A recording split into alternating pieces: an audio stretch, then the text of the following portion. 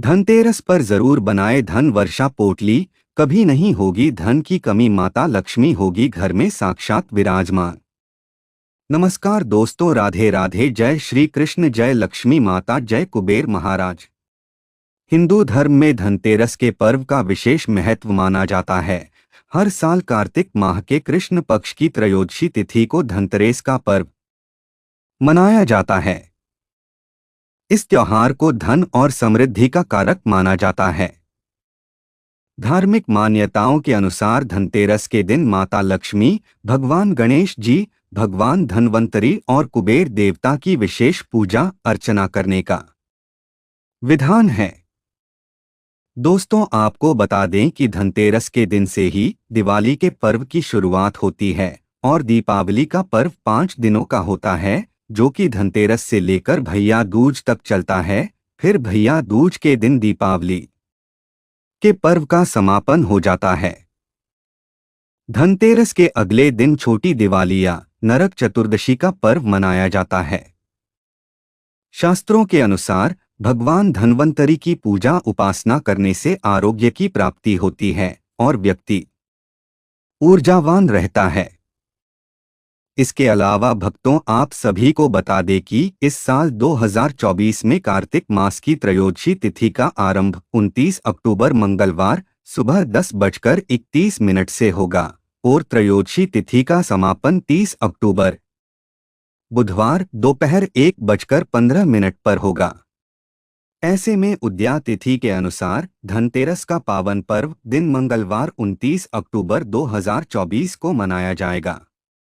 इसके अलावा दोस्तों, धनतेरस पर पूजा करने के शुभ मुहूर्त के बारे में बात करें तो 29 अक्टूबर को गोधूली काल शाम 6:31 से शुरू होकर रात 8:31 तक रहेगा।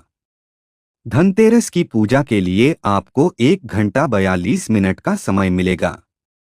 इस समय आप पूजा अर्चना कर सकते हैं। साथ ही दोस्तों, आप सभी को बता दें कि धनतेरस की पूजा हमेशा प्रदोष काल में की जाती है। भगवान धन्वंतरी की पूजा उपासना करने के साथ साथ दीपदान भी किया जाता है। साथ ही घर के मेन गेट, छत, नल के पास एक एक दीपक भी जलाया जाता है। घर के बाहर भी दक्षिण दिशा की ओर मुंह करके दीप जलाया जाता है। मान्यता है कि ऐसा करने से अकाल मृत्यु का भय नहीं रहता है। धार्मिक मान्यताओं के अनुसार धनतेरस यानी कार्तिक मास की त्रयोदशी तिथि को समुद्र मंथन के दौरान भगवान धन्वंतरी अमृत कलश लेकर प्रकट हुए थे।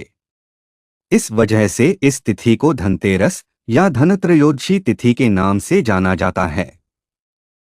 मान्यताओं के अनुसार भगवान धन्वंतरी को भगवान विष्णु का ही अंशावतार माना जाता है।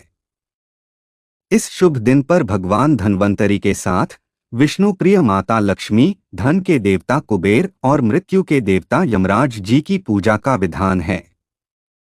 भगवान धन्वंतरी जब समुद्र मंथन से प्रकट हुए थे, उनके हाथ में अमृत कलश होने की वजह से इस दिन बर्तन खरीदने की परंपरा है।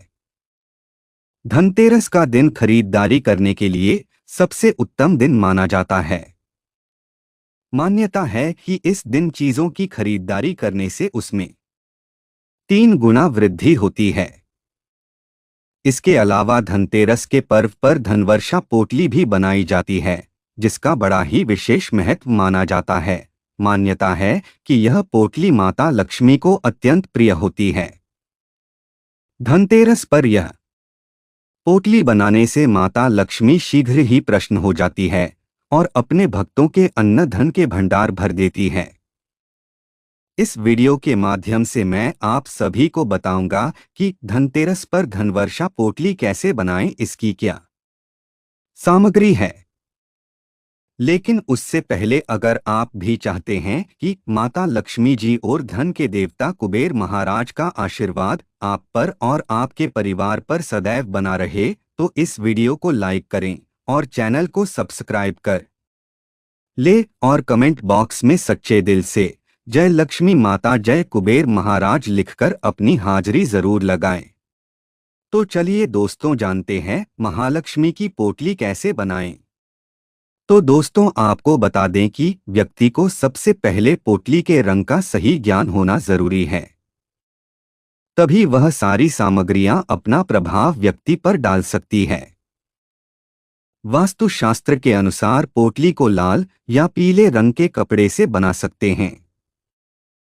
इसके अलावा कोई अन्य रंग के कपड़े का इस्तेमाल ना करें, वरना आपको इस उपाय को करने का फल प्राप्त नहीं होगा। इस पोटली को आपको प्रदोष काल में ही बनाना है। श्री गणेश और महालक्ष्मी के आह्वान के बाद षोडोपचार पूजन के बाद आपको एक लाल कपड़े को लेना है, अथवा आप पोटली बाजार से भी खरीद ले सकते हैं। यह आपको बड़ी आसानी से आपको मिल जाएगी। लक्ष्मी जी को विशेष प्रिय है रेशमी लाल वस्त्र, जिसमें सारी सामग्री बांधकर यह अद्भुत पोटली बनाई जाती है। आइए अब जानते हैं पोटली बनाने की सामग्री के बारे में। नंबर 1, हल्दी की गांठ। लक्ष्मी जी को प्रसन्नता, सकारात्मकता और ऊर्जा देने वाली दैवीय शक्तियों में से एक माना जाता है, और यह सामान्य गुण हल्दी की गांठ में भी पाया जाता है, क्योंकि शास्त्रों के अनुसार घर में रखी हल्दी की गांठ को नकारात्मक ऊर्जा से सुरक्षा व बुरी शक्तियों नष्ट करने वाला द्रव्य मानते हैं। ग्रह को नकारात्मक ऊर्जा से सुरक्षा देने व बुरी शक्तियों को नष्ट करने के उद्देश्य से मंगलमयी मां लक्ष्मी के प्रतिनिधित्व रूपी हल्दी की गांठ को कुबेर पोटली में रखते हैं। नंबर 2, श्वेत तिल। तिल चाहे श्वेत हो या काले, दोनों ही तिल भगवान श्री हरि विष्णु को अति प्रिय है, किंतु काला रंग लक्ष्मी कर्म व पूजा में वर्जित हो जाता है। इसलिए लक्ष्मी कर्म व पूजा में श्वेत तिल का प्रयोग आवश्यक होता है। मनुस्मृति में तिल को दारिद्र्यनाशक और आयुर्वेद में तिल को रोगनाशक कहा गया है। लक्ष्मी कर्म में श्वेत तिल उपयोग से जल्दी ही आर्थिक लाभ होता है, और यदि गौ घृत में श्वेत तिल मिलाकर लक्ष्मी या श्री सूक्त का हवन किया जाए तो माता लक्ष्मी की अति शीघ्र कृपा मिलती है। इसके अलावा विष्णुप्रिय दारिद्र्यनाशक रोगनाशक श्वेत तिल को कुबेर पोटली में रखने से मां लक्ष्मी की अतिशीघ्र कृपा मिलती है। नंबर 3, धनिया के बीज। माया रूपी लक्ष्मी जी को संबोधित मुहावरा उन्नत माया निरोगी काया का सीधा संबंध धन और स्वास्थ्य से जुड़ता है, क्योंकि अगर स्वास्थ्य न हो तो धन भी कम ही आता है, और यदि आ भी जाए तो टिक नहीं पाता है। संभवतः इसी तथ्य पर सनातनी परंपरा में स्वास्थ्य को भी सर्वोत्तम धन कहा जाता है।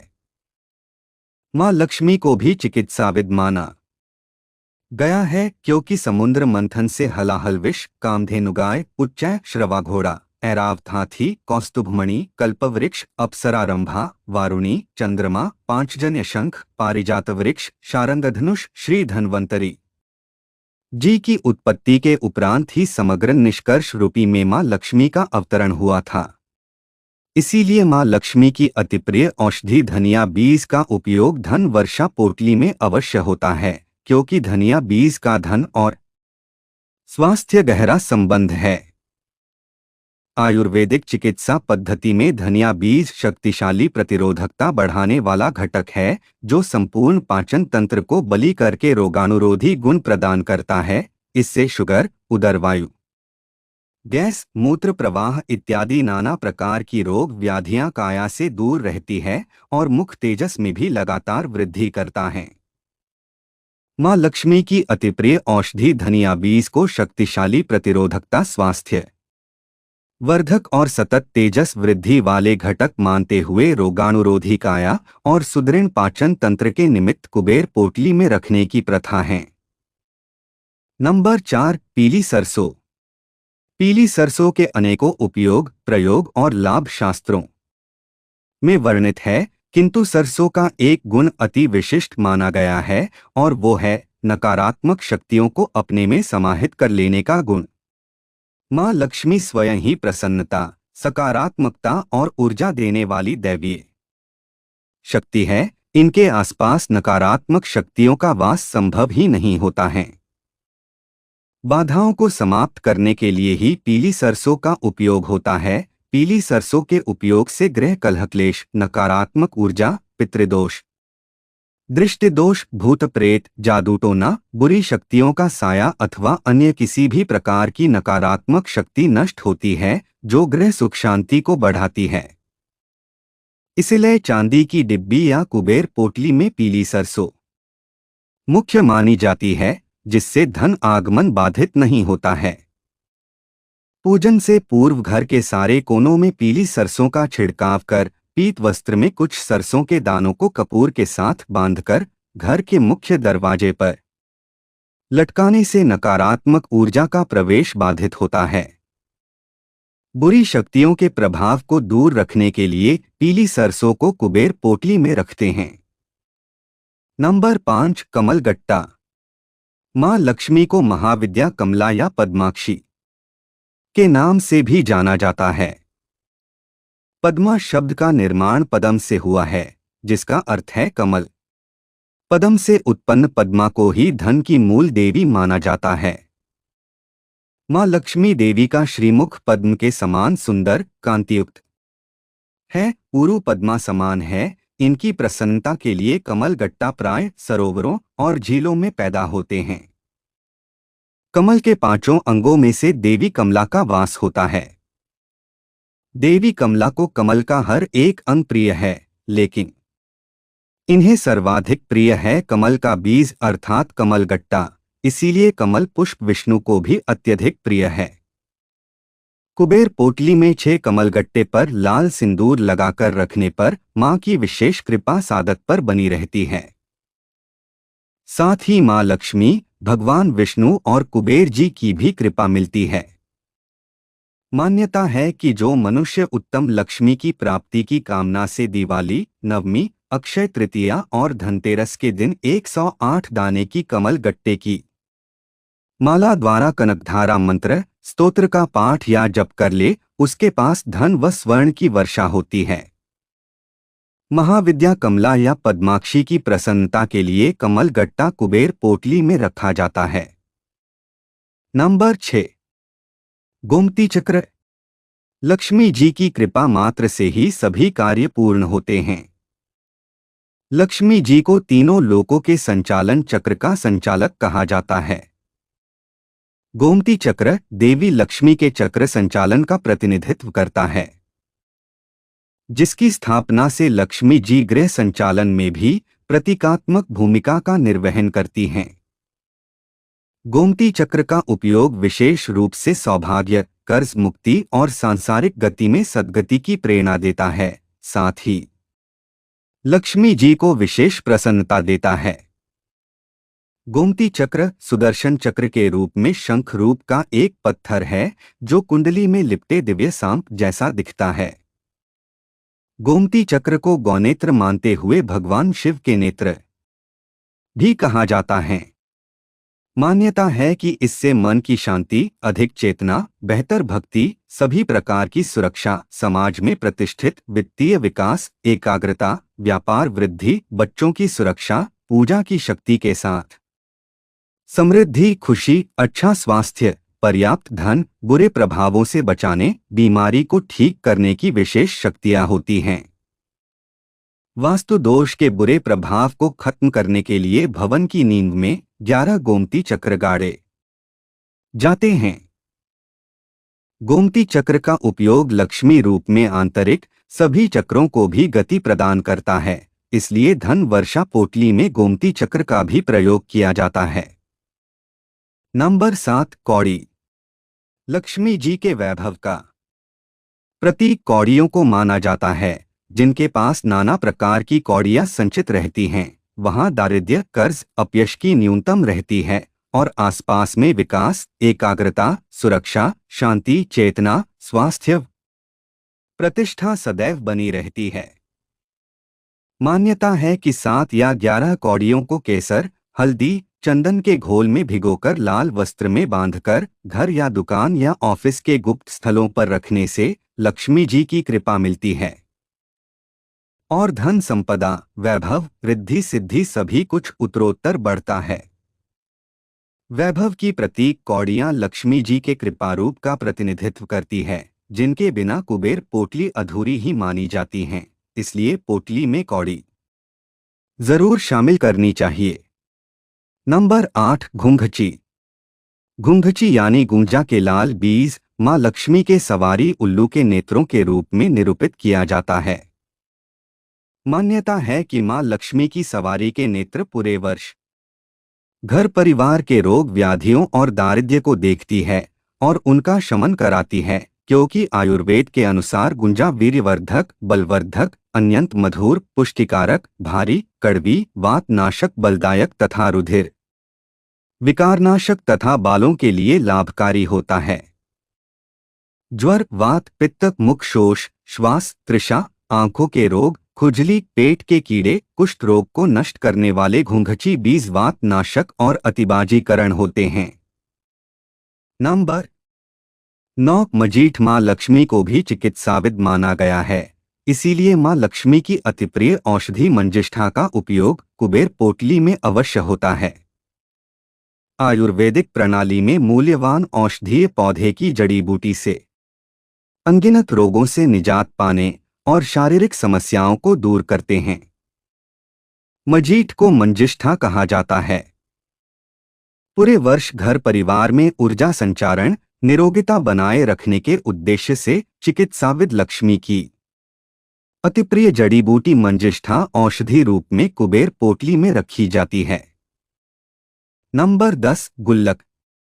पेट रूपी गुल्लक में पूरे वर्ष तक कुबेर जी को भोजन स्वरूप राजकीय मुद्रा दी जाती है।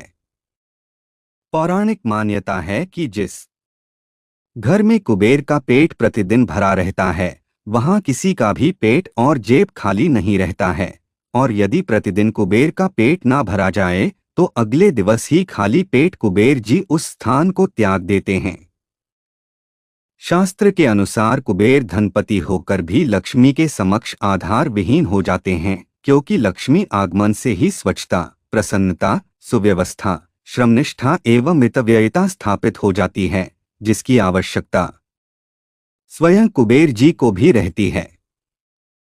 लक्ष्मी जी स्वयं जिनकी पत्नी हैं, उन भगवान विष्णु को भी एक बार कुबेर से कर्ज लेना पड़ा था, जिसके परिणाम स्वरूप कुबेर को लक्ष्मी जी ने अपना दास घोषित कर वरदान दिया कि जहां जहां भी कुबेर जी का आदर सत्कार होगा, वहां वहां लक्ष्मी का आवागमन भी अवश्य रहेगा।